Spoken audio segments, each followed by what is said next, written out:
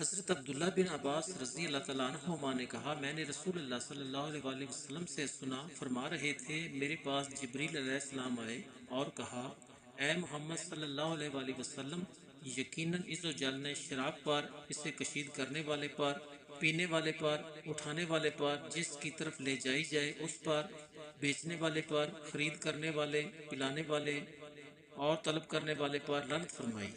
حضرت انس رضی اللہ تعالیٰ عنہ سے مروی ہے، کہتے ہیں کہ نبی صلی اللہ علیہ وآلہ وسلم نے فرمایا، کون سی مخلوق ایمان کے لحاظ سے سب سے پسندیدہ ہے؟ صحابہ نے کہا، فرشتے۔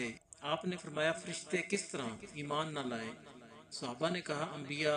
آپ نے فرمایا، انبیاء کی طرف وحی کی جاتی ہے، وہ کس طرح ایمان نہ لائیں؟ صحابہ نے کہا، صحابہ۔ آپ نے فرمایا، صحابہ انبیاء کے ساتھ ہوتے ہیں، وہ کس طرح ایمان نہ لائیں؟ لیکن ایمان کے لحاظ سے سب سے پسندیدہ وہ لوگ ہیں جو تمہارے بعد آئیں گے، تو وحی کو کتاب کی صورت میں دیکھیں گے، اس پر ایمان لائیں گے اور اس کی پیروی کریں گے۔ یہ اللہ کے ہاں ایمان کے لحاظ سے لوگوں میں یا مخلوق میں سب سے پسندیدہ ہیں۔ ام المومنین حضرت عائشہ رضی اللہ تعالیٰ عنہ بیان کرتی ہیں کہ رسول اللہ صلی اللہ علیہ وآلہ وسلم آخر رات میں جب اپنی نماز مکمل فرما لیتے تو دیکھتے، اگر میں جاگ رہی ہوتی تو مجھ سے باتیں کرنے لگتے، اور اگر سوئی ہوتی تو جگا دیتے اور 2 رکعتیں پڑھتے، پھر لیٹ جاتے، حتیٰ کہ آپ کے پاس مؤذن آ کر آپ کو نماز صبح کے وقت کی اطلاع دیتا، پھر آپ ہلکی سی 2 رکعتیں پڑھتے، پھر نماز کے لیے نکل جاتے۔ حضرت جابر بن عبداللہ رضی اللہ تعالیٰ عنہ نے فرمایا، نبی اکرم صلی اللہ علیہ وآلہ وسلم ہمارے پاس تشریف لائے، آپ نے ایک آدمی کو دیکھا جس کے سر کے بال بکھرے ہوئے تھے۔ آپ نے ناپسند کرتے ہوئے فرمایا، کیا اسے کوئی ایسی چیز نہیں ملتی جس سے اپنے بالوں کو سنوار سکے؟ رسول کریم صلی اللہ علیہ وآلہ وسلم کے پاس جب کوئی ایسی میت کو لایا جاتا جس پر کسی کا قرض ہوتا تو آپ صلی اللہ علیہ وآلہ وسلم فرماتے کہ کیا اس نے اپنے قرض کے ادا کرنے کے لیے بھی کچھ چھوڑا ہے؟ پھر اگر کوئی آپ کو بتا دیتا کہ ہاں اتنا مال ہے جس سے قرض ادا ہو سکتا ہے تو آپ اس کی نماز پڑھاتے، ورنہ آپ صلی اللہ علیہ وسلم مسلمانوں سے ہی فرما دیتے کہ اپنے ساتھی کی نماز پڑھ لو۔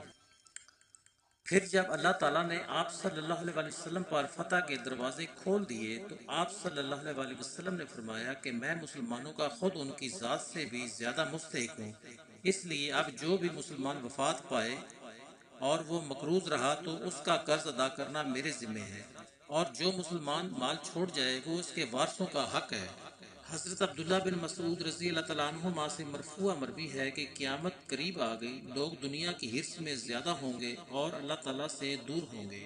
حضرت ابو رافع رضی اللہ تعالیٰ عنہ بیان کرتے ہیں کہ رسول اللہ صلی اللہ علیہ وآلہ وسلم نے ایک بار ایک جوان اونٹ ادھار لے لیا، پھر آپ کے پاس صدقے کے اونٹ آ گئے۔ آپ نے مجھ سے فرمایا کہ اس کا جوان اونٹ ادا کر دوں۔ میں نے عرض کیا، گلے میں اس کے اونٹ سے عمدہ ربائی اونٹ ہے۔ نبی صلی اللہ علیہ وسلم نے فرمایا، اسے وحی دے دو۔ لوگوں میں بہترین وہی ہوتے ہیں جو ادائیگی میں بہترین ہوں۔ حضرت بریدہ رضی اللہ تعالیٰ عنہ سے روایت ہے، انہوں نے فرمایا، جب صحابہ رضی اللہ تعالیٰ عنہم نے نبی صلی اللہ علیہ وسلم کو غسل دینے کا ارادہ کیا تو گھر کے اندر سے ایک نامعلوم آواز دینے والے نے آواز دی، رسول اللہ صلی اللہ علیہ وسلم کی قمیص نہ اتارو، چنانچہ قمیص سمیت غسل دیا گیا۔ حضرت ابو عزا حضلی سے مروی ہے کہ رسول اللہ صلی اللہ علیہ وآلہ وسلم نے فرمایا، جب اللہ تعالیٰ کسی بندے کی روح کسی علاقے میں قبض کرنا چاہے تو اس علاقے میں اس کے لیے کوئی ضرورت پیدا کر دیتا ہے۔ حضرت علی رضی اللہ تعالیٰ عنہ سے مرفوع مروی ہے، جب جھگڑا کرنے والے تمہارے پاس آئیں تو ان کا فیصلہ اس وقت تک نہ کرو جب تک پہلے کی بات سننے کے بعد دوسرے کی بات نہ سن لو۔ جب تم ایسا کرو گے تو تمہارے لیے فیصلہ کرنا واضح آسان ہو جائے گا۔ حکیم بن حزام رضی اللہ تعالیٰ عنہ کہتے ہیں کہ ابو عبیدہ بن جراح رضی اللہ تعالیٰ عنہ نے کسی کسان کو کسی بات پر سزا دی تو خالد بن ولید رضی اللہ تعالیٰ عنہ نے اس سے گفتگو کی۔ ان سے کسی نے کہا، آپ نے امیر کو غصہ دلایا۔ خالد نے کہا، میرا مقصد انہیں غصہ دلانا نہیں تھا، لیکن میں رسول اللہ صلی اللہ علیہ وسلم سے سنا فرما رہے تھے، قیامت کے دن اللہ تعالیٰ کے ہاں شدید ترین عذاب والے وہ لوگ ہوں گے جو دنیا میں لوگوں کو سخت ترین اذیتیں دیتے ہوں گے۔ حضرت انس رضی اللہ تعالیٰ عنہ سے مرفوع مروی ہے، اللہ تعالیٰ ہر نگراں سے اس کی رعایا کے بارے میں سوال کرے گا، اس نے رعایا کی حفاظت کی یا اسے ضائع کر دیا، حتیٰ کہ آدمی سے اس کے گھر والوں کے بارے میں بھی پوچھا جائے گا۔ حضرت عبداللہ بن عباس رضی اللہ تعالیٰ عنہما اور حضرت عبداللہ بن عمر رضی اللہ تعالیٰ عنہما سے روایت ہے، نبی صلی اللہ علیہ وآلہ وسلم نے فرمایا، آدمی کے لیے جائز نہیں کہ کسی کو کوئی چیز دے کر واپس لے سوائے والد کے، جو کچھ وہ اپنی اولاد کو دیتا ہے اسے واپس لے سکتا ہے۔ حضرت ابن عباس رضی اللہ تعالیٰ عنہ سے روایت ہے کہ رسول اللہ صلی اللہ علیہ وآلہ وسلم نے فرمایا، بے شک اللہ نے میری امت سے بھول چوک اور ایسے امور یعنی گناہوں سے جن پر انہیں مجبور کیا جائے درگزر فرمایا۔ حضرت ابو ہریرہ رضی اللہ تعالیٰ عنہ بیان کرتے ہیں کہ رسول اللہ صلی اللہ علیہ وآلہ وسلم نے میرا ہاتھ پکڑ کر فرمایا، اللہ نے مٹی یعنی زمین کو ہفتے کے دن پیدا فرمایا، اتوار کے روز اس میں پہاڑ پیدا فرمائے، پیر کے دن درخت پیدا فرمائے، مکروہ چیزیں منگل کے دن پیدا فرمائی، بدھ کے روز نور پیدا فرمایا، جمعرات کے روز اس میں چوپائے پھیلائے، اور آدم علیہ السلام کو جمعے کے دن عصر کے بعد مخلوق میں سب سے آخر پر پیدا فرمایا، اور دن کی آخری گھڑی عصر اور شام کے درمیان ہے۔